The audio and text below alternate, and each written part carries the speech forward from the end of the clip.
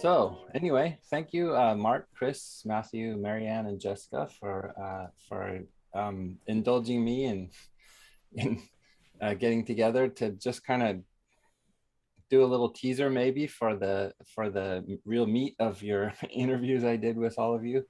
Um, we are coming into this new year, and I was kind of wondering if any of you had any thoughts about how maybe the transition you went through is giving you a different start of the new year than had it been your pre-transition self. Anybody have any thoughts on that? I can go. In that I think now that I've got a focus on what I'm doing as part of my transition this year, I have a yearly theme which is guiding what I'm doing, which I wouldn't have had this time last year, because this time last year my yearly theme was, can I not be in chaos and turmoil anymore? um, so my yearly theme this year is creating margin, and so that's my focus, which I think only happens because I'm much more clear on my ikigai, I guess. Ikigai, yeah. Mm. Chris, go ahead. Yeah, I'm happy to jump in. I'd say the transition that I made, um, there's more of a self-awareness there. I now know when I'm immersing myself in tasks that are not particularly relevant, but I just enjoy as a way of distracting myself. My vice is DIY projects that are massive and unending because they're just controllable. And I decided to replace the kitchen over Christmas, but I've been acutely aware of losing hours and hours because I love it so much, and I can control it and I don't have to deal with people. But I'm like, okay, so I've managed to figure in at the start of every day, I give myself an hour or two before the dog gets up, my wife, and I sit and I've been studying my physical intelligence coaching stuff that I'm learning, and giving time to it. And I'm really proud that I do that. And I'm like, it's okay if I do the distracting stuff that I enjoy, and it's okay to go in the void, as long as I emerge and get back to the stuff that actually is going to take me places. So I've got that's my self-awareness. I really love that idea. Actually, you've just I love that notion of like getting up super early, and like knocking out a few jobs or a few tasks, eating your frog or whatever, and then sort of starting the day. Like, I really like that as a notion. I might sort of try something like that myself. Like, I'm not officially up, so I'm not responsible for doing anything, and I don't have to be accountable, but I can get a few things done, and it feels like cheating. It feels like I've borrowed a few extra hours of the day to get some work done. I like that. Yeah. I think it's that kind of approach, like finding space, ways to give yourself space. And that for me, I think, has actually been one of the huge differences. Is actually there is a bit of space now for me. I like before I kind of started exploring. It was all very constrained. I knew exactly what would happen, and I knew that I did not enjoy that actually. On some that led to some deep unmet need, suffering, but that creation of space is a really interesting one. And I think for me, weirdly, I kind of do similar, but I get up at 8:30 a.m. because that's about the earliest. That's my biological equivalent of about 4:30 a.m. For most people, but I just don't book anything before midday. And I think that one of the really big differences for me is that it's like, okay, well, what do I need? What's going to work for me? Right. And allowing that to be okay. Yeah, I would agree with all the chat about making space and finding the right time. So for me, I've actually taken the rest. I've still got another week off.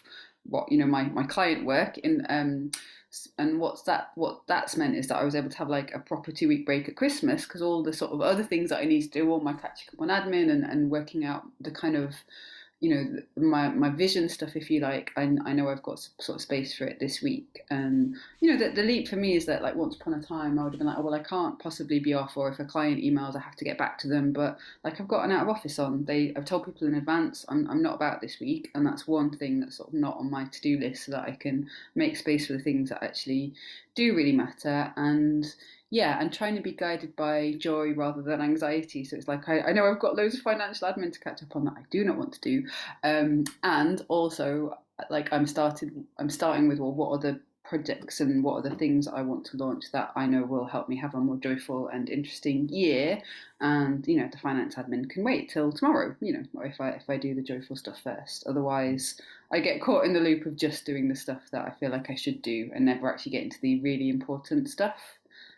So yeah, it's all definitely a work in progress. But I wouldn't have been able to do this before, because I would have been too hung up on, like, oh no, I have to do everything. I have to go back to my clients. I can't take the time off. I'm not allowed to take time off. And now I'm like, I can take as much time off as I want, and it's great. Freedom. Well, Jessica, any thoughts? Or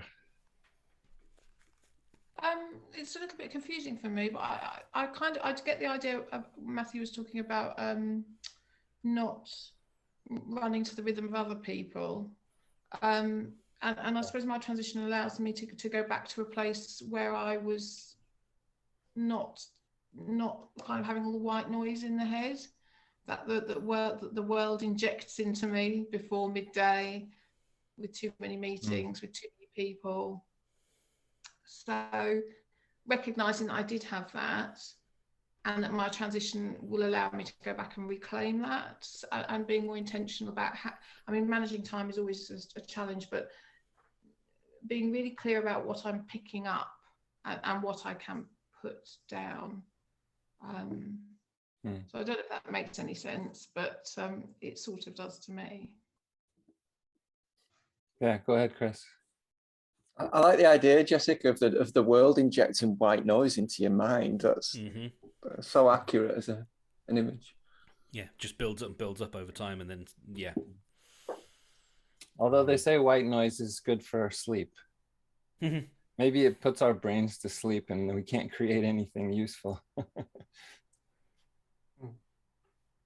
Yeah, I think for me it's sort of, I've spent a lot of time, career type time, in a sort of disassociated state between mind and body.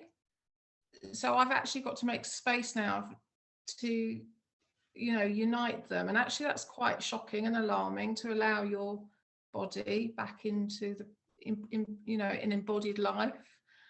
I'm inclined to operate like a brain in a bowl.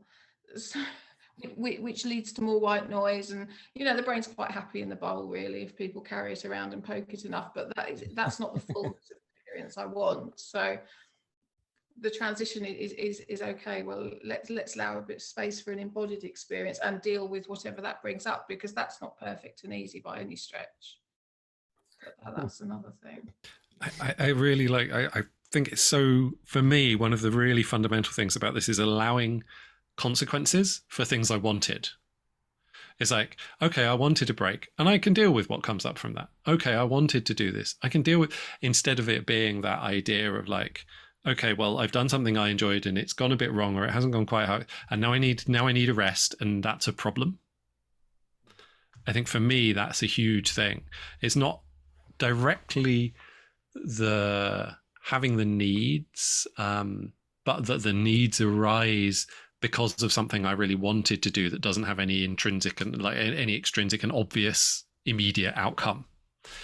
That for me is the really big thing, that and allowing myself some space for that. So yeah, Jessica, I think that's a huge thing as well. That what came up for me whilst you were speaking is this idea of the kind of noise floor of a recording. If there's a level of white noise, you can't hear the subtle stuff. You can't hear the small noises. And if you drop that noise floor, you can hear more. And that's a good thing and a bad thing, right? If it means you can hear things that might disturb you or worry you, but it also means you can attend to more subtle things. And I think that moving in that direction where you're able to do that and where you're happy with that is a really, really great, it feels like a big part of this for me.